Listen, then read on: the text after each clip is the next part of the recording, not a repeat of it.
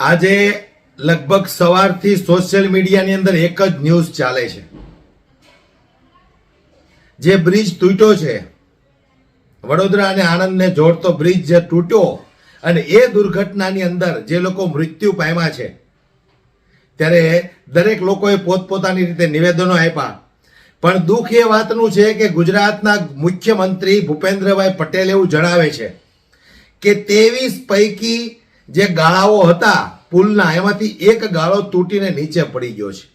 પુલ નથી તૂટ્યો, એને કોઈ જાતનો આમ અફસોસ નથી એવું લાગે છે એમની વાત પરથી. બીજી તરફ દેશના વડાપ્રધાન નરેન્દ્રભાઈ મોદી ટ્વીટ કરે છે, એમની પાસે આ દુર્ઘટનામાં જે લોકો મૃત્યુ પામ્યા છે એના ઘરના લોકોને આશ્વાસન આપવા માટે 3 મિનિટનો સમય નથી કે સોશિયલ મીડિયાની અંદર આવી અને 2 શબ્દ સામે બોલું. ફક્ત ખાલી ટ્વીટ કરી દીધું છે. એટલે હું કહેવા માંગુ છું, તમારા આ ટ્વીટથી એ લોકોને આશ્વાસન મળી ગયું. એ લોકો ભણેલા ગણેલા હતા એટલે તમારું ટ્વીટ આરામથી વાંચી લેશે. ઇંગ્લિશમાં તમે ટ્વીટ કર્યું છે, એ લોકોને ખબર પડી જશે કે નરેન્દ્રભાઈ મોદી અમને આશ્વાસન આપ્યું છે એમ. અને 2 લાખ રૂપિયા, 50,000 આ બધી સહાયના નાટકો બંધ કરો.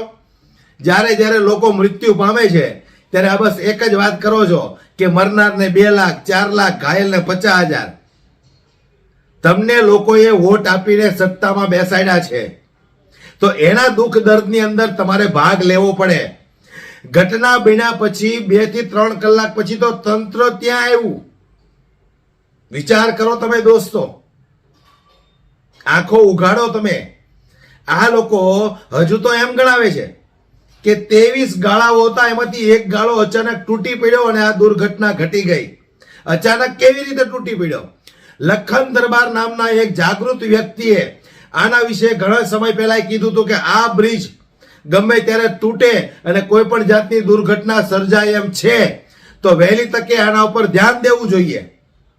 પણ શું કામને ધ્યાન દેવું જોઈએ? સત્તા મળી ગઈ છે, ખુરશી મળી ગઈ છે, જનતા કીડા મકોડાની જેમ મરે તો આપણે શું લેવા દેવા? બરોબર કે નહીં?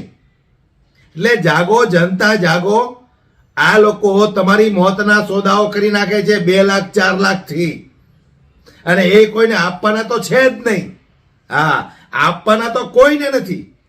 આજ સુધી કોને આપ્યા કે તમે રહી ગયા? આવી જાહેરાતો તો અવારનવાર કરે છે. એટલે કહેવાનો મારો મતલબ એ છે કે દેશના વડાપ્રધાન પાસે એટલો ટાઈમ નથી કે 3 મિનિટનો સોશિયલ મીડિયામાં આવી અને આ લોકો પ્રતિ દુઃખ વ્યક્ત કરે. એક ટ્વીટ કરી દીધું ખાલી. એટલે જનતાનો કહેવા માંગુ છું કે આવી ઘટનાઓ જ્યારે બને છે ત્યારે આ લોકો તમને ખાલી સહાય આપી અને છૂટા થઈ જાય છે.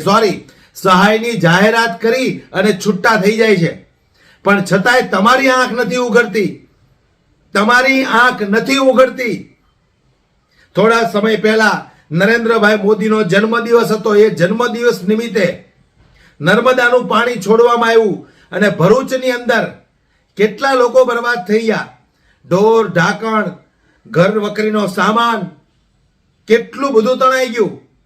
છતાંય ભરૂચવાળાએ લોકસભા 2024ની અંદર આ કમળને વોટ આપી અને ભારતીય જનતા પાર્ટીને જીતાવી. ત્યારે ઘણીવાર આપણને એમય થાય કે આ લોકોએ નક્કી કર્યું છે કે અમારી સાથે ગમે એ બને અમારે જાગૃત નથી થવું. બરાબર ને? કરો ભાઈ, કરો, ગુલામી કરો. હજી તમે કમળના બટન દબાવીને ગુલામી કરો.